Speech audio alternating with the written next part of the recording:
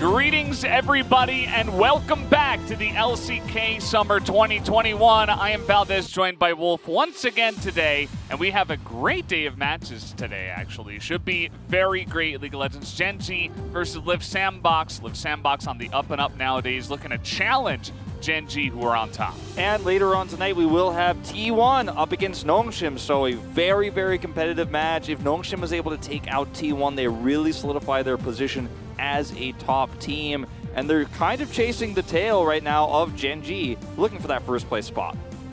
Yeah, so we do have the points of the match, I believe, coming up next. I didn't quite hear that. Okay, the roster. Got to remember this, as we do have, no changes that have come into week 3 and 4, but still want to change, or rather show them to you if there are any changes, which there are not. That's right. I think a lot of people forgot that in weeks 1 and 2 we did have Howling, On Fleek, and King Hong available for play for LSBㅅT1 because we didn't really see anything of the sort, but hopefully, at some point we will see some of that flexibility that this roster has. For Gen G, we saw Flawless last season. Birdall wasn't eligible for a large majority of the first part of spring, but they haven't really changed things up too much, and I don't think they really have a reason to. And I don't think we'll be seeing any of those substitutes, unfortunately, for them anytime soon because they have been so consistent right now. They're definitely, in most people's minds right now, the #1 LCK team. Yeah, I think they've proven that as well so far, as LSBㅅT1 defeated Humble Life and T1. That's their last 2 matchups, actually, 2 in a row for them. They're having the best momentum. Will they leave a scar on Gen G's perfect run? Gen G are definitely the favorites coming into this one. I don't think we should give false expectations, but LSBㅅT1, with that recent win over T1 especially, definitely, the next big challenger to come onto Gen G's plate. That's right, and you can see Gen G is picking only red side. They've actually played red side for 8 games in a row, 9 games total. They've only played 1 game of blue side so far this season. So we'll see if their strategy changes as we head into 11.12. And efforts engage Angle versus Life with Hex Flash, clash between 2 playmaking supports. Now that we do actually have Hex Flash back enabled, it is going to be exciting to see Effort's playstyle come back to strength, right? Because he's great on, Nautilus, for example, Leona, champions that utilize the Hex Flash. And take a look at some of these stats here for these 2 teams. You can see that Gen G are leading the pack in KDA, team damage per minute, first blood. But #2 in first blood is LSBㅅT1. They have a high first turret percentage. They're the #1 in the league right now. So look at these stats. Both of these teams are incredibly strong in early game, even though LSBㅅT1 arguably won that T1 series with some of their late game plays and some really good mid game decisions. They're very, very strong teams in early game. So this beginning of this very first game in this best of 3 will really set the tone, set the stage for what we're going to see, I think, in terms of snowballing advantages. Yeah, I think that if Gen G come out the gate swinging and get a big lead early, they might be able to crush the hopes of LSBㅅT1, but if it gets dicey at all and it looks close, I think LSBㅅT1 definitely do have a good chance to at least challenge Gen G. As you're seeing the roster here, no changes. Life himself as well has been having some sick performances. Set with Hex Flash. Probably going to see Set priority go way up in this series, I'd have to imagine. And you and I both love it, so I'm hoping to see that come through. Gen G are the biggest winners of what has been a very tumultuous top team situation here in the LCK here for summer, with T1 struggling even though they had a great start out the gates. Damwon Kia falling to KT Rolster, then swapping their roles, losing to LSBㅅT1 yesterday. No changes for Gen G. They didn't change their roster going to spring. They haven't made any major changes going into summer, but it feels like they're actually the ones who benefit the most from the chaos that we are seeing on the top half of the LCK. And maybe, just maybe, we will see Ruler lift that LCK trophy for the first time. If we can actually pull it off here, if they can keep that consistency going, this is another tough test for them with a reinvigorated sandbox. And so you see the players walk out on stage with these amazing new jerseys they've gotten here for the summer season. There's a lot of pressure on Sandbox to come over the top of this hill, right? Because they started off with 2 losses against Nongshim and LSBㅅT1. Two teams who have been pretty strong in their own right. But we'll see if they can, now that they've beaten Humble Life Esports, now that they've collapsed T1, right? They were able to overcome T1. T1 defeating themselves a little bit, I think, in that series. Taking those back-to-back wins. Maybe Gen G is that 3rd win in a row that puts this team really towards the west side of the bracket. Yeah, if Liv Sandbox win this series against Gen G, I think all hell breaks loose in the LCK, right? Damwon losing yesterday as well with their new fancy roster, their new lineup is, you know, it already added a second loss to them, which kind of left Gen G alone at the top. And now if Gen G begin to lose to some of these middle of the pack teams as well, all hell breaks loose. Nobody knows who's on top, who's the best team, could be anybody on any given day. And who knows, you know, what that means, if that's a good thing or a bad thing, but we'll have to wait and see how it goes. I'm definitely expecting Gen G to take the win today. Yeah. But I'm willing to wait and see and be excited. Gen G is the one constant here in the LCK. And even last season, you know, going into spring, that was true for them as well until they were able to finally topple T1 in the semifinals of our playoff bracket. They weren't able to take the title in the end, but if you look at a year-long picture so far of what we've had here in the LCK, the one thing that you know you can count on is that Gen G will perform well in every best of 3 they play. Even if they don't end up taking the series in the end, they play well, they haven't made roster changes. You know what you're going to see every week when they play, you know what to expect. And I think that's something that is really going to earn them a lot of credit over the 2021 year. As we take a look at one of our key player matchups here, Rascal up against Summit. You look at the laning here for Summit, it's pretty insane. In terms of his CS difference, he's up 14.6 on average. He also has the #1 experience lead, doubling that of Rascal is at number 3. And he also has the highest damage taken percentage in the league. So he's actually tanking the most effective damage out of anyone right now. And this is a team that's on a 2-2 scoreline right now. So you think about how much of an impact this guy's making on tanks right now. It's pretty insane. Yeah, he's played 3 games in Gnar. That's been the one tank he's been playing. Just really getting into the thick of things and not afraid to back down from a fight. And we see this key player matchup, definitely one of the ones, as you mentioned. Also, the jungle, I think, is pretty big. You have Clid up against Kroko, both of them putting on some early game shenanigans and doing really, really well for their teams. Yeah.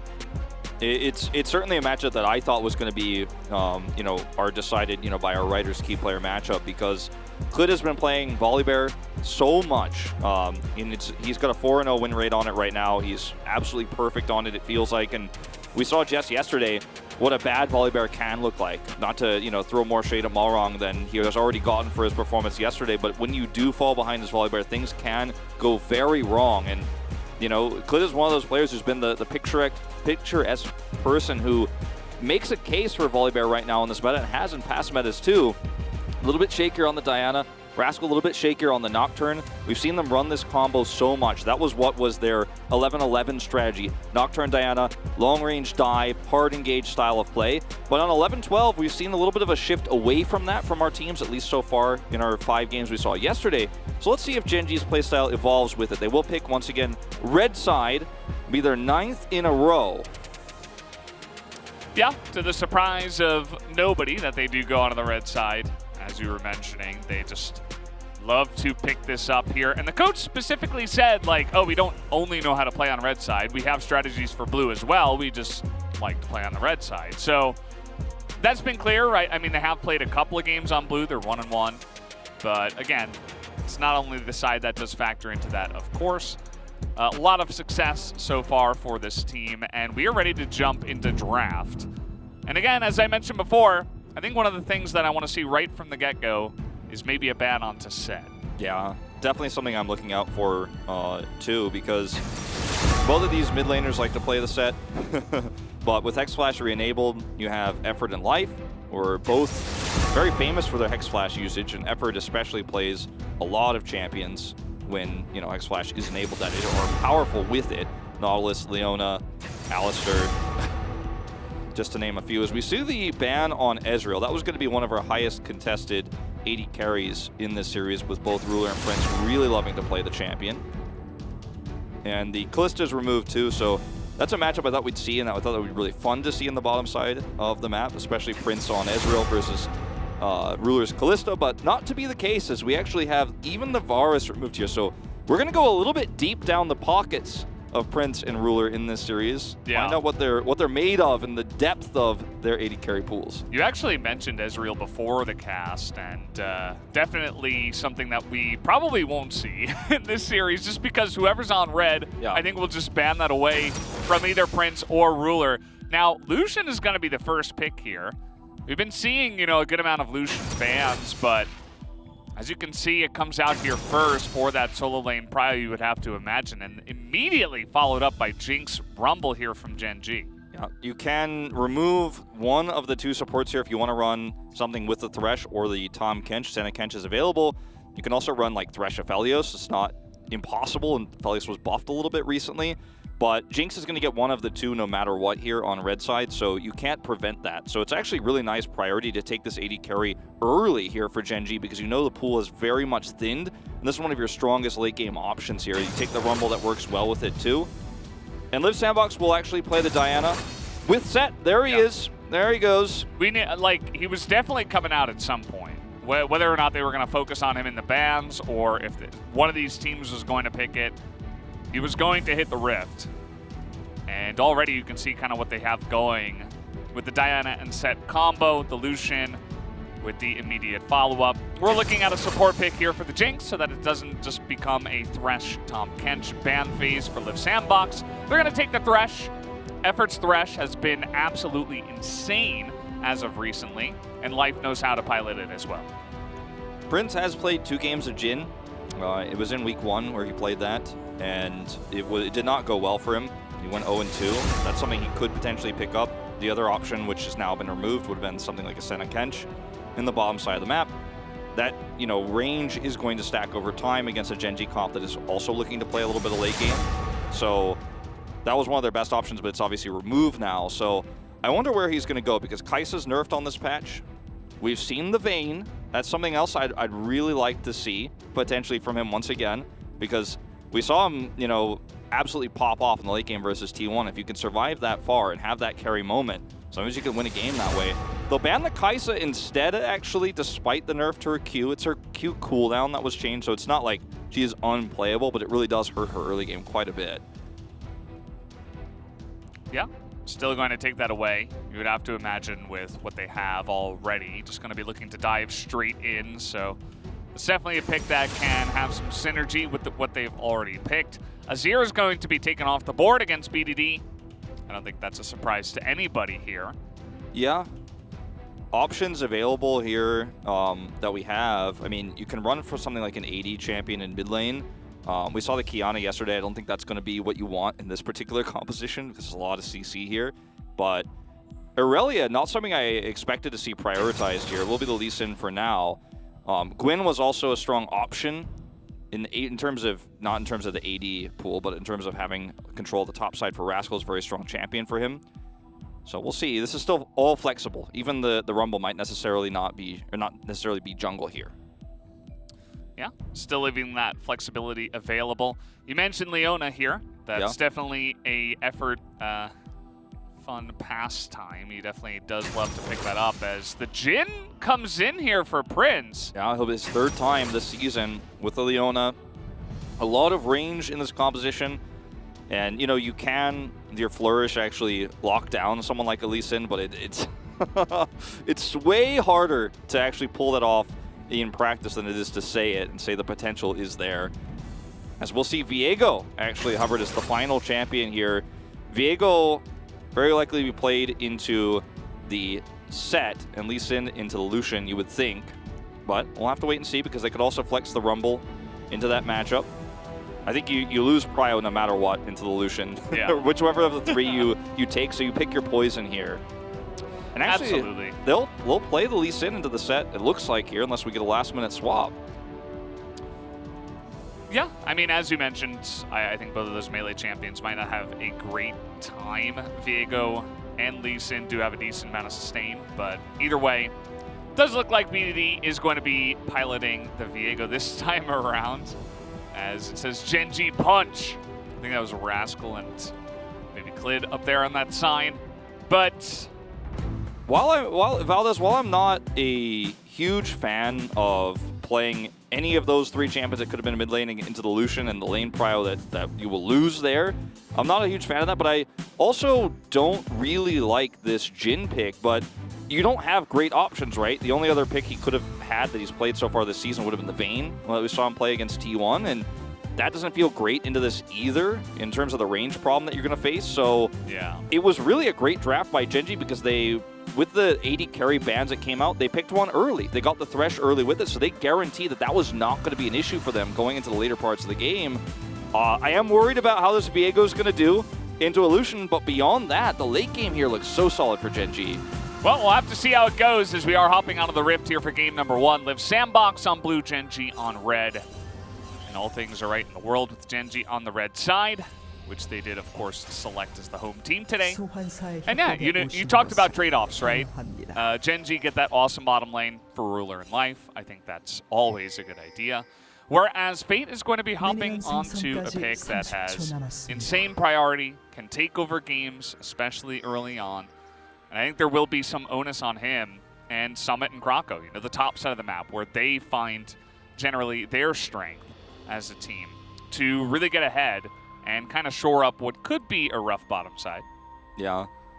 One of my issues with even though BDD can play Viego mid here, and be fine, like he's not going to necessarily get absolutely crushed. With Lee Sin, you have a lot more agency. You can engage at long range. You have a lot of mobility to escape. Whereas Viego is going to be bogged down in this lane. He's going to constantly be threatened. He's going to be chipped away at. And his ability to roam and actually make an impact anywhere else in these early scuffles we're going to see around Rift Herald, around first and second Drake, really gets hindered by the fact that you lose priority, whereas Rascal could have, or not Rascal, but Lee Sin could have like ward hop. There's a lot of ways for him to actually avoid getting chunked down. He can actually engage from a lot of different angles. And sure, Viego can become invisible and roam towards the bottom side of the map, but I think he's really going to be quite shackled by this tough matchup. Well, Ruler is coming in here with a 6-0 record, 27 KDA. You can see 26-2 and 28 so far in 6 games. Ruler doesn't lose on Jinx. It is a small sample size, relatively, but still, I mean, 6 games, being that consistent, only dying twice in 6 games, that is insanely strong. Yeah, I mean, nobody really comes close to Ruler right now in terms of his performances on the bottom lane. We had Ghost, who was fairly close last season, but even when Dom1 Keo won the season, a lot of people were still saying, I still think Ruler's the better player. Now Ghost is benched, of course, so that conversation doesn't even happen. I mean, you're really looking at like Duck Dom and Teddy, the equation as Conqueror's proc. It will be fine. It's just Summit things looking to fight. Rascal will never back down from one. But yeah, I mean, that conversation has to be had, right? Is there anybody really that can challenge Ruler? We might have to wait on that discussion because I think Summit might just die here. He's pretty far down the lane. The flash comes in, and with the double harpoon, you're not going to be in a great spot. That is a lot of damage back, but Rascal does flash away, and eventually he will go down. Now the question is, can Krako pull anything back here with the red buff? Gets the one auto down, but he is very apprehensive about going back in, although goes in, gets the teleport. They'll take over the lane, but the first blood still goes over to Clit. Yep. This is a first blood. They're going to be able to survive here just fine. Now, you can see BDD is completely shackled right onto his turret right now. This is still going on. Someone's going to eat 3 turret shots. One of them will be negated by the Haymaker, but he won't be able to use that in a further trade. Yeah, this probably needs to end soon for Live Sandbox, I think, on the top side of the map. I don't want to spend any more resources up there. You're not going to find more success, unfortunately. But we do have to talk about the mid lane, because this is starting to get a little bit out of control here. But this is what you expect. It's not a problem when, that exchange goes your way on the top side of the map. It was really well calculated by Clit, in fact, and I think Rascal's trading that we saw, into a set, looked like, okay, what is he doing? Like, Set actually wins this, but it was very nice. It was a really nice bait. And because you actually win that top side of the matchup without the help of the mid lane, you're actually okay with the fact that you're stuck on the turret for now. But when we do get into this first Dragon territory, when we do get into the Rift Herald, that's where I think you're going to start to get a little bit stressed out as Gen.G with this Viego pick for the time being. It's okay, but the lead is going to become a bigger and bigger problem as those objectives come online. Gonna take a 나 look at the 지금 바로 replay. 갈만하긴 하거든. 나 지금 바로 가볼게 그러면. He says, I'm I'm going right now. 야 노플? No flash. 다이나도 왔다 광이야. Diana's coming. 얘 텔도 돼서 천천히 빼면서 보자. And let's get out of here. Yeah, slowly back away. You saw that he skipped taking his red to actually go up there, and they just identified, hey, this is a really good lane state. We can get this gank off. And it was essentially Clid that was calling for it after Rascal's early trading. Yeah. It was very much a plan from the get-go, I think, that was very well communicated. Like, once Rascal says, okay, you're coming up here, he starts trading like that. It was beautiful to see. This is nothing out of the ordinary. This is nothing, you know, that you don't expect to see. He's just kind of missed his turrets. He's like, hopefully I can hit these minions while you can't auto me to death.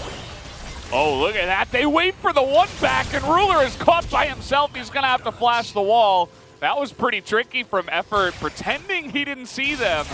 But then immediately he's able to secure a flash from Ruler, and they'll go ahead and push this wave. This should be a Drake play because, you know, there's no way Viego can actually stop you here. Level 6 is hit for Fate. He's way ahead in the lane. You have that extra prio. You force the Leona flash, so there's nothing that you can do about this right now as Gen G, and that's one of the weaknesses of this Viego pick. He will be fantastic in team fights later on.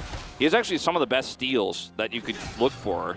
I mean, even the Leona steal is like actually quite good for him in those team fights when he does start to pop off and get the resets. But until then, we are just going to have to play the waiting game. We went for, you know, some armor on his boots here just to survive.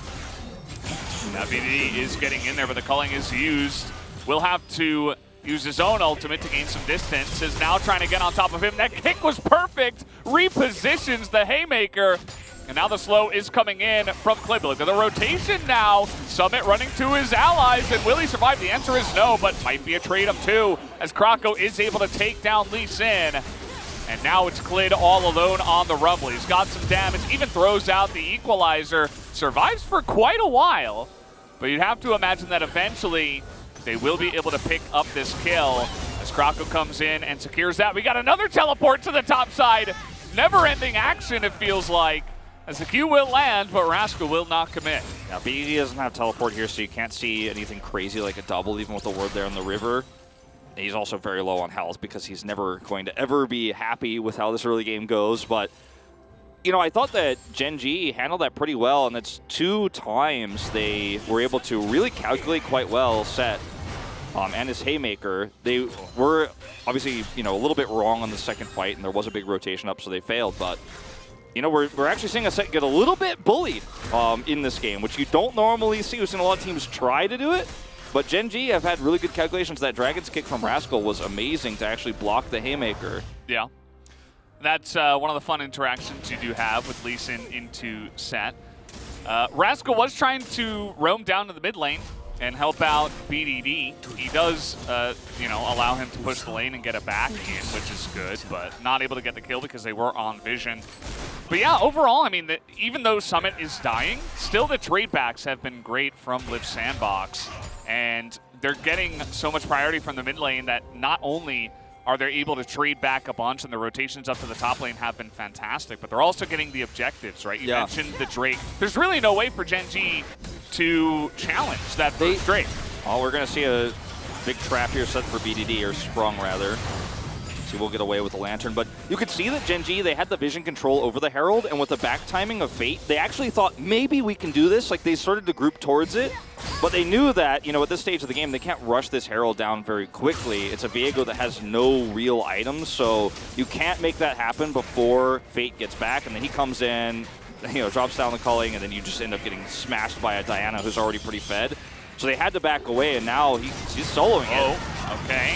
Thankfully, he's able to avoid the ward, but Clid is looking to turn this around, actually. As the curtain call did come in, did a decent amount of damage, but keep in mind that while all of these shenanigans are happening, all these flashy movements are happening, Krako gets a free Rift Herald. Exactly. This is huge. Krako gets it for free because of everything that I was talking about right before this skirmish on the bottom side of the map, and this is the power of Lucian. People always wonder, like, well, it doesn't seem like Lucian pops off. Well, this is what he can do just by pushing the lane. Okay, well, Rascal's going to fly across, and look at how quickly he clears that wave. He's going to immediately get away from that gank. There was a little bit of miscommunication between Summit and Krako, as now coming on in. Rascal is going to take a bunch of damage, trying to get on top of Krako. Here is BDD, but he will have to flash, or rather use his ult over the wall, as Fate had rotated. Once again, Live Sandbox always one step ahead. And I will double down on what I said earlier. I really think the better matchups to have taken here would have been to have Lee Sin in the mid lane and to have the Viego on the top side of the map. You end up being you're able to take a lot more trades against Set. You have a lot of sustain up there on the top side of the map, and if Lee Sin's rotating for mid there, sure, he's not going to have prio either. He's going to have the same problems against Lucian, but at least he's going to be able to engage from long range and be able to do a lot more in these kind of trades, and sadly, that's just not the case here yet for BDD. He tried to go in. He tried to make something happen there, but it was very unsuccessful. This is still an okay position for Gen G to be in, but if you lose this second Drake, and fight for it while you lose it, like if you actually give gold over here, then I think you're in a really bad spot. So I think Gen G probably just have to give the second Drake up as well without really taking a fight and hope that they could scale later on with this Jinx pick. Yeah. I mean, this is one of the few games where I feel like mentioning tempo and momentum and stuff like this that can kind of be rough to pat down and get down 100%. You can kind of feel it, right? Because with Live Sandbox's comp, with the priority that they have, they keep snowballing more and more objectives, and they might just get too far ahead for Ruler to ever have a big effect in this game. But as you mentioned, if Gen G can keep the lead kind of close, then they're eventually going to get to that later stage of the game with the Jinx that's online, with the Rumble that could be fed up with the Viego. And you can see that Gen G are thinking about coming into this Infernal Drake. They have put down a lot of vision here. Scuttle is pretty huge, actually, for Live Sandbox. I can see this rotation over. I think they're a little bit surprised. As Heffert's flashing over the wall, your Hex Flash. Okay, just really getting on in there. They're trying to burst down the Rumble, and they will be able to pull it off. He knew exactly where Clid was, as he had not appeared on the other side of that brush. And to take down the jungler, that is a free dragon now once again for Live Sandbox. Now, Rascal is going to get a lot of extra value on the top side of the map during all this. This is not just for free, but with the Rift Herald dropped mid here, Fate is going to get all these minions and will likely get this turret. He's going to get all 5 plates. Yeah, all 5 plates and first turret blood here. So this is really starting to snowball. Not out of control just yet, but we're getting closer, right? And they only gave the 1 kill while they lost the Drake, so it's not as bad as if they lost a full fight for it. But Gen G need to really sit back and stabilize quite a bit right now in this game and not actually let this bleed any further. The third Drake is where I think you could really start to make your stand. You have the Kraken Slayer up now here for Ruler, and he was 500 gold up last time we checked. 야 여기 싸맞아 여기 싸맞아. We're very loud about this. Yeah. He's like, let's just fight, Rumble let's fight. Just Rumble's fight right here. 얘 좀만 봐줘. I think he even called 나이스. it no flash 용 as 챙기자. well. 용 챙기자 얘들아 용 And 챙기자. We're going to take the Drake. Yeah. And, like, these are the two things we mentioned in the draft. Like, okay, you have the Lucian pick, and that's very powerful, and it's a big problem for Gen G's draft. They could have tried to have a stronger counter pick, but they didn't. The Azir was banned, for example. And then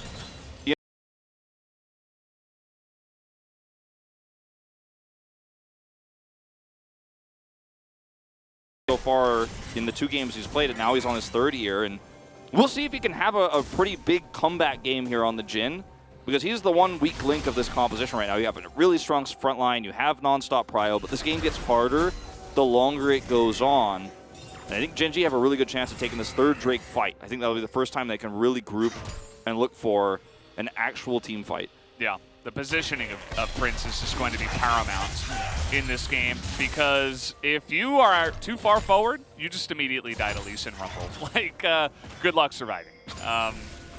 And thankfully, I think, for Live Sandbox, the bottom lane has just been, like, nothing's happened, right? It's just gone very cleanly. Yes, Ruler is ahead 14 CS. That is a good thing, but it's not like the Jhin got super far behind, right? He's able to at least keep up, and as long as he can just not die and not make any mistakes and press his Deadly Flourish and help out his team in team fights, that might be all he needs to do in this game, to be honest. I mean, if the game continues to snowball at this rate, which again, this is where it should stop, right? This is where Gen G have to put a stop to the leads. This is where they can make a comeback. It does feel like he doesn't have to carry. He doesn't have to do much. Okay, trying to make the play here as Summit is going to burn down. Eventually goes down. Fate now trying to trade it back. He's got a lot of damage, but with the TP coming in, they will not mess around with that. Although Krako is sticking around, and he will avoid that stun. Flashes over the wall to avoid BDD, so BDD able to get some extra value off of the back of the fight. And this was very greedy by Summit, pushing the top side of the map there with Krako. You know, you don't have any exterior vision. You have one control ward on the red buff, but that's all the vision you have as Live Sandbox around that part of the map. So if you do overextend and get punished by the burst damage that comes through with, you know, a rumble, then your lead kind of crumples a little bit in these moments. And this is exactly what you need to avoid, is giving Gen.G any opportunity to come back in this game. You have to be thinking, okay, their one window back into the game is in a 5v5 fight coming up on this next break, not in the side lane, not where there's not even any turret plates to grab here, and you've been extremely greedy and get punished by Clid coming the long way around. Yeah, I mean, if you see the Lee Sin charging at you, you have to kind of believe that he's got a rumble behind him, right? He's not just going to try and 1v2 you. Could get into some trouble, but as you mentioned, a little bit greedy, trying to really push that down. Now Summit a little bit far down the lane, but actually the mine there is going to help out a little bit, as Summit will be able to back away. This is going to be a really big test for Gen.G's composition. You know, Viego still mythicless here. He's got his Noon Quiver, Vampiric Scepter. Like he's almost there, but he's not quite there. And he's been on the back foot in this game. He has evened out the CS quite significantly because Viego does side lane extremely well. That's one of the powerful things about him. You know, it's not just his craziness that he can pull off in these team fights and what his kit offers there, but you know, sometimes if you just have a moment in the game where you can breathe in a bad prio lane, you could suddenly get 20 minions in the side lane and catch up quite significantly. Now he's got his shield bow online. And this is where Gen.G need to make a very strong stand. Otherwise, Live Sandbox just have too much control over this game. They're going to be on Soul Point, and they can actually use that pressure to control a lot of this map. They can side lane very strong themselves. So this is a really big turning point potentially for Gen.G, and if they can win this fight too, they get a lot of extra gold they so desperately need to push this composition towards the late game. Yeah, and Live Sandbox, thankfully for them, this turning point comes pretty early on, as Life is kind of playing a little bit with his food here. He's got to be real careful about flying too close to the sun. Fate is up 5 levels on him and is able to chunk him down extremely low, as Gen.G, they're going to get started here on the Drake, challenging Live Sandbox to challenge them, and they're just going to take it, as that is a big solar flare that does come in, but where's the follow-up? It is non-existent. Live Sandbox give the objective away. And now Gen.G are thinking about engaging. They are pushing with the Rift Herald into the mid lane, so they're getting value and they're trying to zone them away from the mid lane. And that's the saving grace here. Able to take it down. Yeah, that's the saving grace here really for Live Sandbox, is you gave a Drake for free, and it was not a fight that you wanted to just like avoid entirely. I mean, we talk about Gen.G starting to come online, and this needs to be a fight they actually have to win. It's supposed to be a hard fight for Gen.G to win, but it's a really big potential turning point. But Live Sandbox just didn't group quickly enough around the Drake, and I know I've been talking about it so much so far early this season, but the smite change means that with 900 damage on a smite, you group like that, and Live Sandbox aren't ready to actually look for a 50-50 or look for a turn quickly enough, you just don't have a lot of time. There's not a whole lot of breathing room. Like, you lose the Drake and that's over. So at least they had the Rift Herald pushing mid, so there's a consolation prize here, but Gen.G get one of the hardest prizes it should have been for them to take, and take tempo back in this game, essentially for extremely low cost here. And that's an amazing thing for them, and that's going to put them back almost to even footing in this game. Because we are shifting towards a later game where Ruler is going to be arguably way more impactful in these fights than Prince is. You can see the gold difference isn't that much, but in terms of the kits and what she offers in a team fight, it's a lot easier, it's a lot safer. She's got a Thresh to back her up.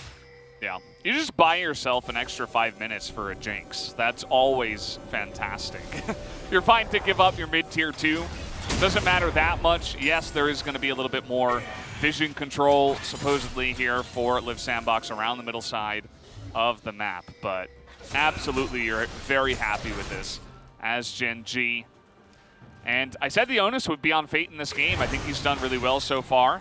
We'll see how he can do later on in these team fights, because if he just gets blown up and doesn't do anything, they're almost definitely going to lose, you would have to imagine. And speaking of which, he's getting teleported on. He's very far down the lane. There's the equalizer. Easy kick here for Rascal.